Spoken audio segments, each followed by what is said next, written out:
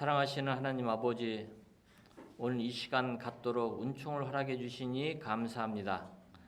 하나님께서 저희들과 함께 하시고 지금까지 목양문학회를 30년이 넘는 세월 동안 잘 인도해 주신 것을 감사드립니다.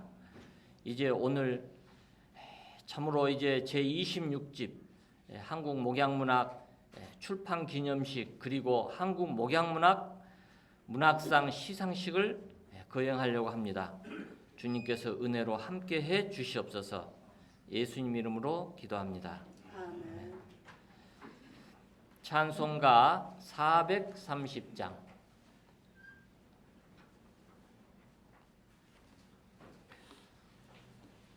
다 같이 하도록 하겠습니다.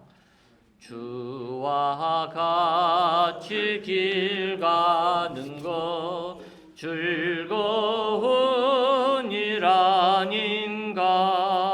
우리 주님 걸어가신 발자취를 밟겠네. 한 걸음 한 걸음 주 예수와 함께 날마다 우리 걸어가리. 어린아이 같은 우리 미련하고 약하나 주의 손에 이끌리어 생명길로 가겠네. 한 걸음 한 걸음 주 예수와 함께 날마다 우리 걸어가리. 어찌 비는 들판이나 험한 골짜기라도 주가 인도하는 대로 주와 같이 가겠네. 한 걸음 한 걸음 주 예수와 함께 날마다 우리 걸어가리. 애선 지자 해녹같이 우리들도 천국에 들려 올라갈 때까지 주와 같이 걷겠네. 한 걸음 한 걸음 주 예수와 함께 날마다 우리 걸어가리. 만왕의 왕이 되시고 만주의 주가 되시는 살아계신 하나님 아버지, 은혜를 감사합니다. 이 지구촌에 하나밖에 없는 한국 목양문학회를 허락해 주시고 주께서 섭리하시며 부흥하게 하시고 하나님의 영광 받으심을 감사합니다. 오늘 우리가 출판 기념회와 또 시상식으로 모였습니다. 거룩한 영이 함께 하셔서 모두 주 앞에 영광 되도록 복을 나누어 주시옵소서. 하나님 아버지, 이 목양문학한 큰 영광 받아주시고 하나님 나라 확장이 크게 이바지할 수 있도록 복을 주시고 은총을 베풀어 주시옵소서. 우리에게 막중한 사명을 주셨사오니 이 사명 잘 감당하도록 성령 함께하여 주시기 원합니다. 오늘도 말씀을 대하는 회장님이 함께하셔서 귀한 말씀을 선포하게 하시고 이한 겁이 되기도 출분하니 잘 박힌 못이 되기도 해주시고 생수가 되는 귀한 말씀으로 복을 나눠 주시옵소서. 희정을 주 앞에 부탁드렸고 우리 구주 예수 그리스도 이름으로 감사하며 기도하옵나이다. 아멘. 말씀 봉독해 드리겠습니다. 말씀은 이사야서 44장 1절에서 4절까지입니다. 나의 종 야곱, 내가 택한 이스라엘아, 이제 들으라. 너를 만들고 너를 모태에서부터 지어낸 너를 도와줄 여호와가 이같이 말하노라. 나의 종 야곱, 내가 택한 여스루나 두려워하지 말라. 나는 목마른 자에게 물을 주며 마른 땅에 시내가 흐르게 하며 나의 영을 내 자손에게 나의 복을 내 후손에게 부어주리니 그들이 풀 가운데서 솟아나기를 시냇가에 버들같이 할 것이라. 아멘. 그래도 감사. 또 한 장 달력을 넘겨봅니다. 지나온 날들은 빗방울에 녹아지는 눈 위의 발자국처럼 잊혀지고 있습니다. 또 분주하게 살다 보면 하루가 저물고 새로운 날들이 찾아올 것이지만 또다시 지나갈 것을 알기에 인생의 덧없음과 소리 없이 빠르게 흘러가는 인생의 강이 이어질 뿐입니다. 하지만 당신은 아십니까?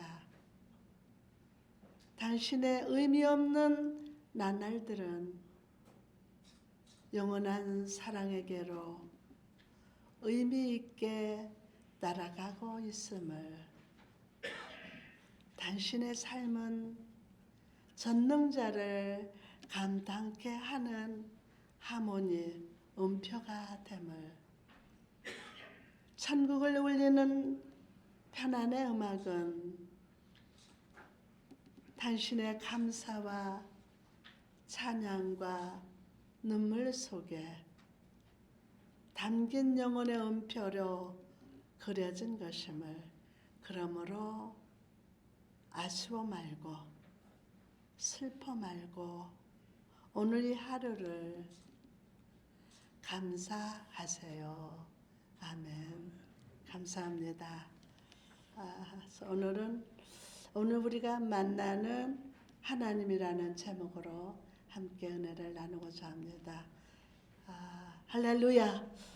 오늘 좋은 날을 주시고 한국 목양문학상 시상식과 26집 연간지를 출판하게 하심을 감사와 찬양을 올려드립니다. 2022년 한 해 목양문학회 회장으로 섬길 수 있어서 참 행복했습니다. 많은 것이 부족하고 미숙했지만 힘겨운 날들도 있었지만 참 행복했습니다.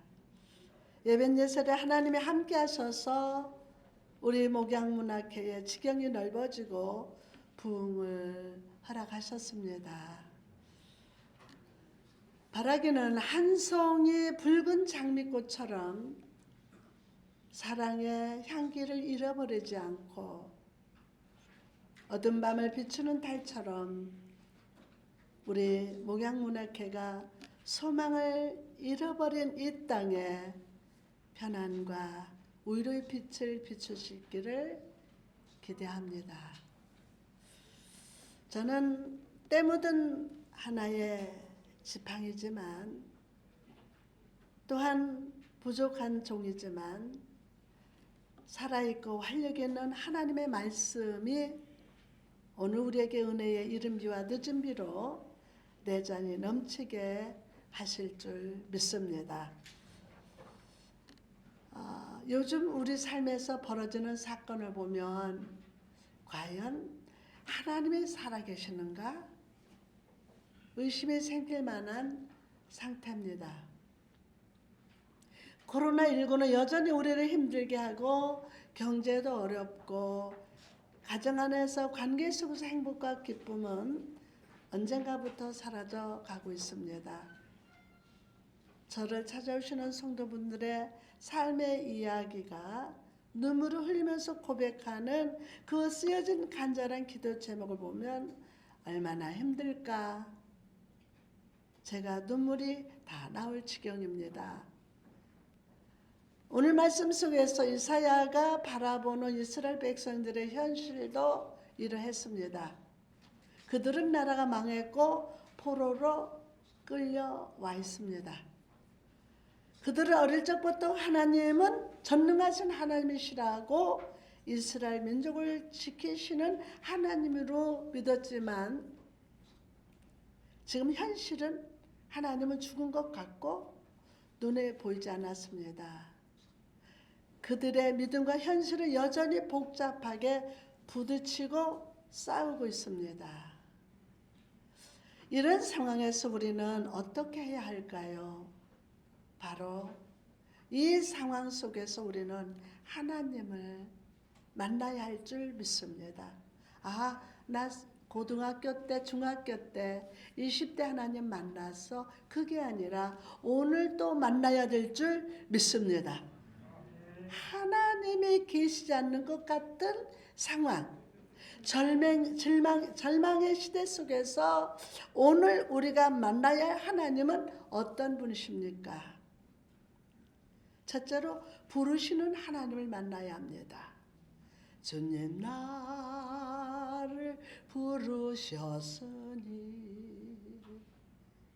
부르시는 하나님을 만나야죠. 본문 1절에서 2절 보니까 나의 종 야곱 내가 택한 이스라엘아 이제 들으라. 너를 만들고 너를 모태에서부터 지어낸 너를 도와줄 여호와가 이같이 말하노라. 나의 종 야곱 내가 택한 여수를 하여 두려워하지 말라. 하나님은 바벨론에서 낙심에 빠진 백성들을 향해서 나의 종 야곱아라고 부르십니다. 왜 야곱이라고 부르실까요? 야곱은 태어날 때부터 형 에서의 발뒤꿈치를 잡고 태어났죠. 그래서 야곱입니다. 이것은 상징적으로 사람, 권세, 돈을 붙잡고 살려는 인생을 의미합니다. 그러나 야곱의 이 이름을 갖고 인생을 살 때 그는 복된 삶을 살지 못했습니다. 결국에는 실패했고 절망했고 형 에서의 칼 앞에서 두려워하는 인생의 한계를 느꼈습니다. 그래서 약복강에서 그는 하나님을 붙잡았고 축복하지 않으면 놓지 않겠다고 끝까지 붙들었습니다. 그리고 이스라엘이라는 이름을 얻었던 것입니다. 하나님은 오늘 나의 종 야곱아라고 부르십니다. 너는 여전히 땅을 붙들고 사는 존재라고 하십니다. 그러나 나의 택한 이스라엘아 라고 다시 부르십니다. 이제는 너의 인생을 땅의 것을 붙들지 말고 하늘의 것을 붙들어야 된다. 육적인 것이 아니라 하나님을 붙들라고 초대하고 계십니다. 그래서 결국에 하나님 앞에서 의로운 자요 올바른 자인 여호수아는 살아가라고 초청하고 계심을 우리는 알 수가 있습니다. 우리가 아브라함을 떠올려 봅시다. 그는 갈대 우르라는 그 도시에서 살았습니다. 고고학자들이 발굴을 해보니 수많은 우상들이 발굴되었다고 합니다. 아브라함은 이방 땅에서 우상 섬기는 이방 문화에 살았습니다. 그런 아브라함에게 하나님이 찾아가셔서 말씀하십니다. 여호와께서 아브라함에게 이르시되 너는 너의 고향과 친척과 아비의 집을 떠나 내가 내게 보여줄 땅으로 가라. 이 한마디 말씀이 아브라함의 마음과 삶을 흔들었습니다. 성경 속에서 하나님께 쓰임받은 사람들의 시작도 항상 이렇게 시작되었습니다. 평범하게 살았으나 삶 속에서 특별한 사건, 특별한 부르심, 특별한 흔드심이 내가 살던 일상을 흔드십니다. 우리도 그렇지 않을까요? 갑작스레 시험이 다가옵니다. 제가 오늘 설교해야 되고 그러는데 막내가 차 사고를 났어요. 그러면 굉장히 힘들더라고요. 갑작스레 시험이 다가옵니다. 질병이 찾아옵니다. 마음의 밭이 메마르고 갈라지고 내 계획이 무너지고 사랑하던 사람이 갑자기 죽어 떠나갑니다. 중요한 것은 이 모든 사건을 통해서 하나님은 부르신다는 것입니다. 이 사건을 통해서 아브라함을 부르신 하나님은 뭐라고 하십니까? 너는 너의 고향과 친척과 아버지의 집을 떠나라. 아브라함은 지금까지 자신의 삶을 이루고 있던 모든 것을 다 버리고 떠나라고 하십니다. 모든 것에서 떠나서 새로운 세계로 오라고 초청을 하십니다. 그리고 새로운 삶으로 초대하십니다. 새로운 삶으로. 내가 내게 보여줄 땅으로 가라. 내가 너로 큰 미중을 이루고 내게 복을 주어 내 이름을 창대케 하리니 너는 복이 될지니라. 아멘. 자, 봅시다. 한편에는 자기 이름을 창대케 하려고 스스로 성을 쌓는 인생이 있습니다. 그리고 다른 한편에는 하나님이 복되게 하시고 이름을 창대케 하시는 인생, 하나님의 복되게 하시는 인생이 있습니다. 내 힘으로 세상의 토대를 세우는 인생이 아니라 하나님께 인생의 토대를 세우는 삶, 새로운 힘과 능력으로 하나님이 이루시는 인생으로 초대하신다는 것입니다. 그럼 아브라함이 이 초청에 어떻게 반응했습니까? 갈라디아서 3장 6절에 보니까 아브라함이 하나님을 믿음에 그것을 그에게 의로 정하셨다라고 말씀하십니다. 아브라함은 하나님을 믿었습니다. 그리고 바벨탑의 삶을 떠나서 하나님이 복되게 하시고 창대게 하시는 삶으로 나갔습니다. 우리 목양문학회도 하나님이 세워주셨습니다. 30년이 넘었습니다. 성령으로 충만한 감동으로 글을 쓰는 여수로 같은 작가들이 모였습니다. 아브라함을 통해서 하나님의 복이 흘러간 것처럼 우리 문학 활동을 통하여 하나님의 은혜가 흘러가고 사람들을 위로하며 세상에 그리스도의 빛을 비추는 통로가 되기를 우리 아버지께서 기대하십니다. 기대하십니다. 1967년도 이스라엘과 아랍과의 소위 6.1 전쟁이 있었었는데 병력 면에서 열세인 이스라엘이 막강한 아랍을 6일 만에 격파해서 세계 전쟁사에 경이로운 기록을 남겼습니다. 전쟁이 끝난 후 미국의 한 기자가 이스라엘의 총리와 인터뷰를 가졌습니다. 막강한 아랍을 이길 수 있었던 비결이 무엇입니까? 이스라엘 군대에서 절대로 내려서는 안 되는 명령이 하나 있습니다. 그것은 앞으로 가라는 명령입니다. 앞으로 가라. 그러면 그 명령 대신 무슨 명령을 내립니까? 자기가 호기심 어린 눈으로 바라보며 묻는 질문에 백인 총리는 짤막하면서도 단호하게 대답했습니다. 나를 따라오너라. 나를 따라오너라. 세상은 우리 힘으로 앞으로 가라고 합니다. 그러나 하나님은 오늘 우리에게 초청하십니다. 나를 따라오너라. 다시 한번 말씀드립니다. 나를 따라오너라. 내가 너를 복되게 하리라. 나를 따라오너라. 두 번째로 우리는 이해하시는 하나님을 만나야 합니다. 본문 2절에 보니까 너를 만들고 너를 모태에서부터 지어낸 너를 도와줄 여호와가 이같이 말하노라. 2절에서는 하나님은 나는 너를 만든 자다. 나는 토기장이 너는 진흙이요 나는 너에게 생기를 불어넣은 창조자라고 하십니다. 뿐만 아니라 나는 너를 모태에서부터 지었다고 하십니다.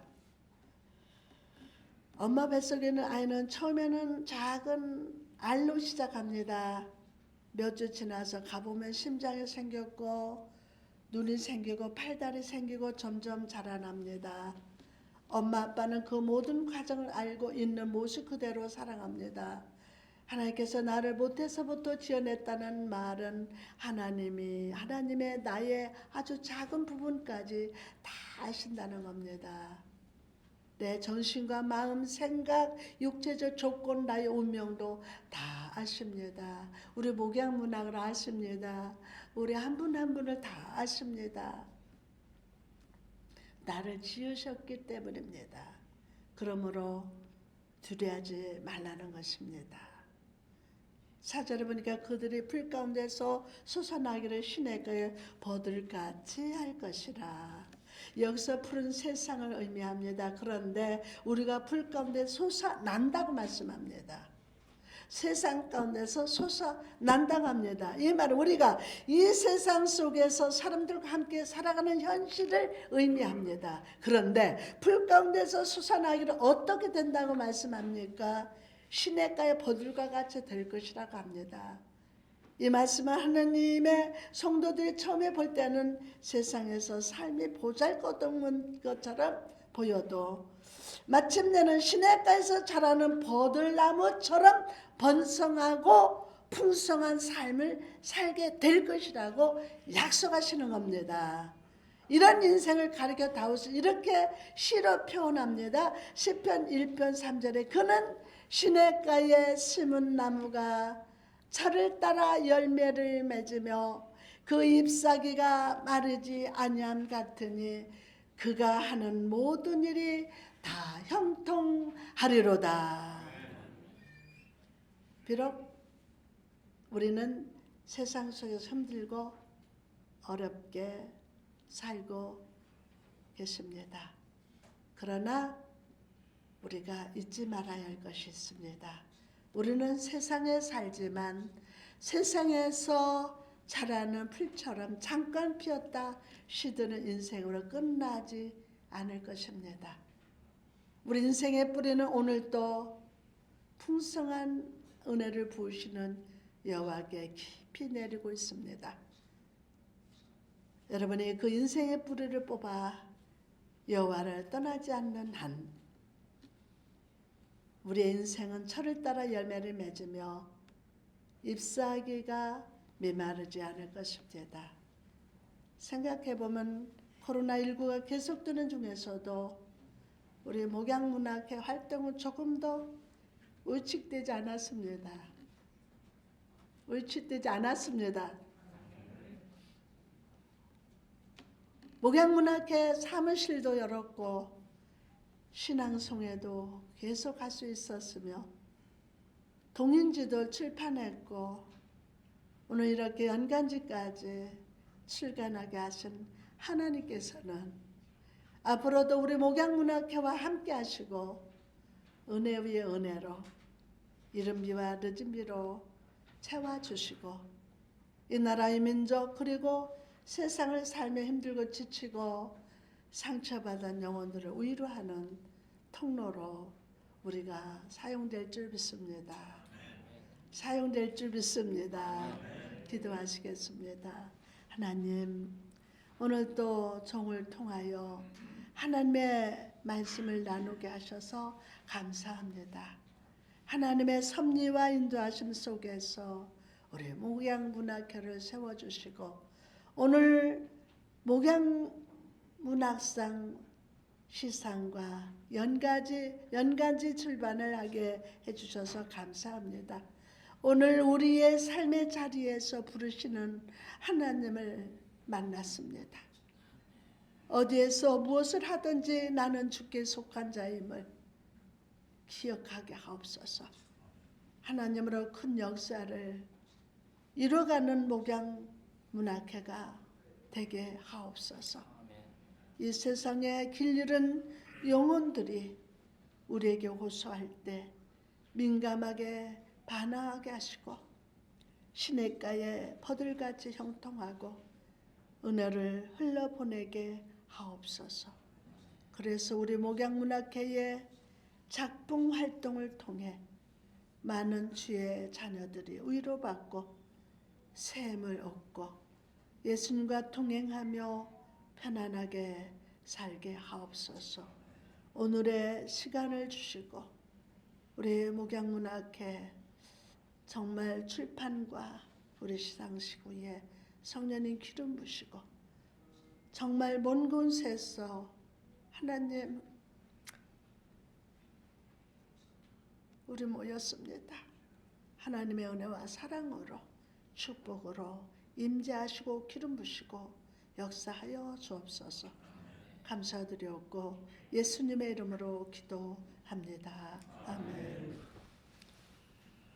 지금은 우리의 길과 진리와 생명이신 예수 그리스도 은혜와 또 천지와 만물을 아름답게 만드시고 사랑으로 잘 보호해 주시고 정의로 다스리시는 하나님의 사랑과 우리로 하여금 희와 참의와 신령한 노래로 하나님을 찬양하고 또 경배하고 정말 높여드릴 수 있도록 성령의 교통하심과 함께하심과 충만하심이 이 시간 우리를 속이는 귀한 주의 종들의 머리 위에 또 우리의 작품과 우리를 후원하고 있는 모든 사람들의 머리 위에 이제로부터 영원까지 함께 계시옵기를 간절히 축원하옵나이다.